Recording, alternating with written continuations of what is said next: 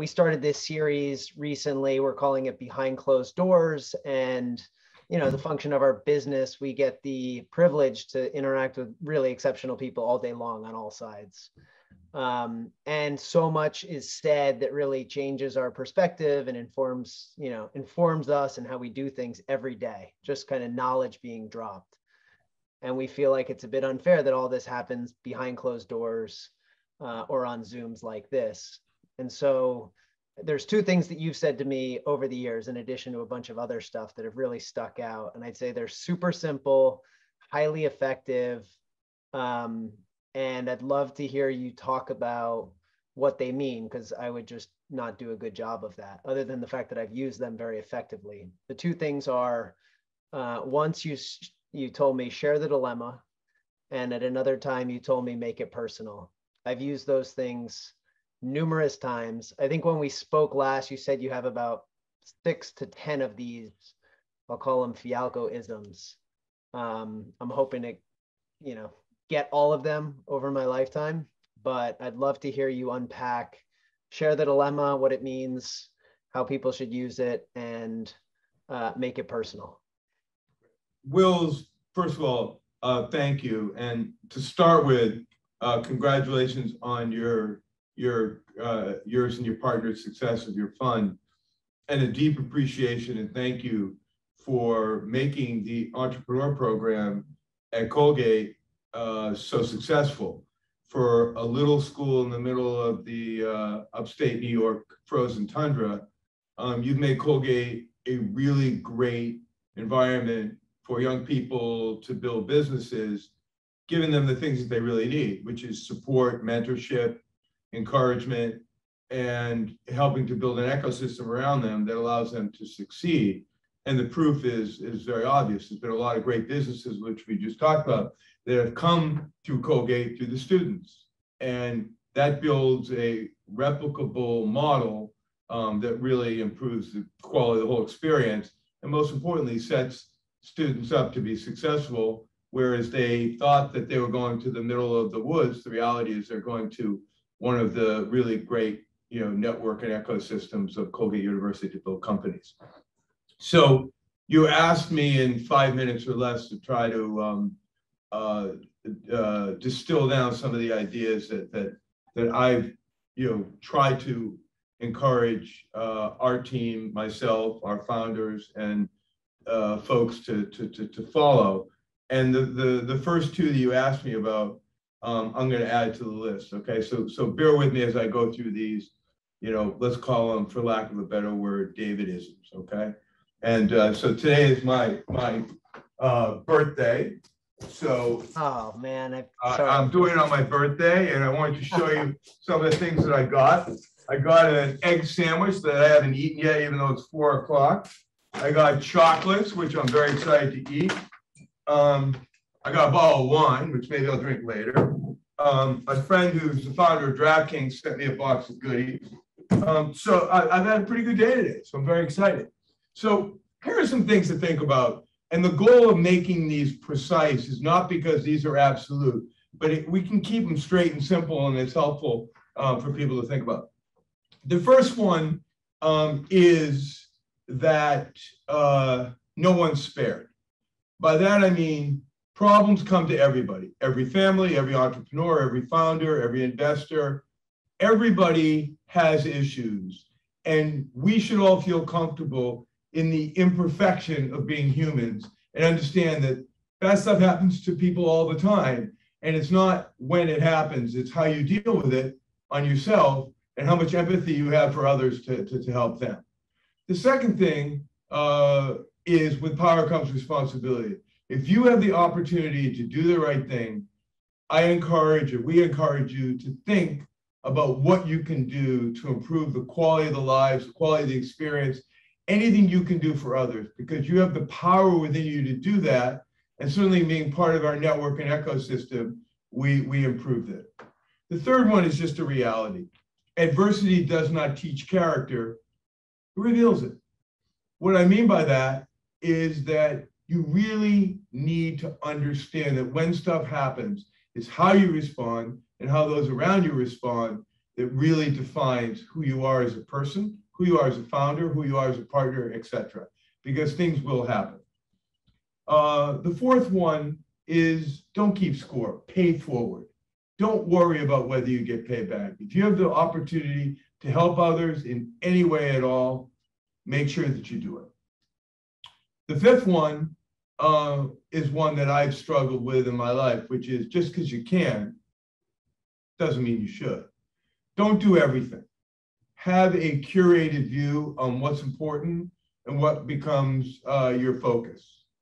And then the last two are the ones that we discussed earlier, which is share the dilemma. Because things happen to everybody and because adversity happens, sometimes it's just easier to let people know what you're dealing with. So instead of trying to be a super person and solve things, or worse, try to not communicate when there's issues, when there's a problem, whether it's a scheduling issue, whether it's a failure, whether it's miscommunication or misinformation, or whether there's a problem somewhere, just be proactive and let people know what the issue is and share the dilemma with them, because you're much more likely to have better solutions to problems come from all of the stakeholders that are involved versus trying to solve things on your own. And it becomes a very clean way to communicate. And then the last point is make things personal. We all appreciate when we're doing things that come from the heart. And there are times when you need to say to people why something is important or why things have to be a certain way. The other side of it is make sure that you relate to people and not as transactional. Much more gets done with people where you have a deep, giving, thoughtful, highly communicative relationship versus everything being transactional, I win, you lose. Try to develop really good relationships with people where your personal needs and your personal focus and the personal things that you bring are very well articulated, appreciated, and understood by people. So those are my little isms that I think are helpful. If I were to teach a class, the class would be 15 minutes and everybody would get more time to go have fun. David, I didn't realize you were going to get so many here. If I could ask kind of a follow-up to all of these, any advice about how to actually live these things and not just kind of know that they're important, like how to actualize them, or a way that you've been able to kind of really practice them? So, my background, is I'm a filmmaker. I have, I think, the only degree in filmmaking that Colgate's ever given, and that was a negotiated way to get me a college degree, which I'm very happy for. So I do believe in the arc of storytelling, and I've been very lucky to find two things in my life that both involve storytelling. One is being a documentary filmmaker, and the second is being a founder and an entrepreneur, and then subsequently, the co-founder of a venture capital firm. So your ability to articulate a story, the arc of that story, what matters, what doesn't matter, what a focus is, why this matters, what the opportunity is, how you're going to do it, bringing passion to it, bringing clarity, bringing a whole new way to think about things is such an important thing to do. And I think if you start with that, some of these other things flow. So one overviewing thing is this arc of the story. The second one is the following situation, where when we're trying to understand people, try for 1 minute to think what the other person that you're talking to is thinking. What are their goals and motivations? What are they trying to accomplish in this scenario? If you're an investor, what is the founder thinking? If you're a founder, what is the investor thinking? If you're talking to somebody and you're trying to recruit them to join your team, your board, whatever, what is going through their mind? How do you think they're perceiving you? Not because you want to be responsible for other people's emotions or responses, but you can really focus your attention much better if you understand what the person who you're talking to wants to hear and how they're going to respond to it. So I think if you do those two things, Will, if you understand that there's an arc of a story and you want to try to understand what other people are thinking, then these other things kind of flow as the scaffolding behind it. Awesome. I know your time is precious, and you've been very generous with it today and over time. So really just can't thank you enough for being willing to do this, and for the years of kind of support that you provided and wisdom over that time. Well, it is my honor and pleasure. Let me just add one other thing. There's nothing wrong with being wrong. You know, if you looked at most successful people, they were willing to be wrong. Mm-hmm. They were willing to take the risk. There is no safety in success. You know, you can't have, I make this story up because I wasn't a history major. So bear with me. And I know people watching this will say, like, why would he make up the story? But there's something to the tune of, it may have been Sir Walter Raleigh or some great British sailor was talking to the Queen. And the Queen said, how do I make sure that my goods are always safe and that we never get robbed or attacked? And he said, leave all your ships in the harbor. So I think we all understand that if you're going to take your boat out of the harbor to go seek fortunes in the high seas, you run the risk that there's going to be a rogue wave and there's going to be other things that hit you. And you should encourage yourself and your team to want to face those challenges, because when things are hard, they can normally lead to something very valuable.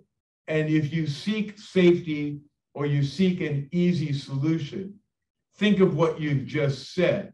You'll have zero chance of having an outlying success. So I wish you well and go for it. Have fun. Enjoy the journey of whatever you're going to do with the ups and the downs. And you can only enjoy the success when you face down some adverse consequences at the same time. Yeah. So go for it. I love it, David. We may have to turn this into like a longer, full-fledged conversation at some point, but I got to do a lot more homework to do that. It's my honor and pleasure. Thank you for including me, Wills, and thank you for helping Colgate's entrepreneur scene as much as you have.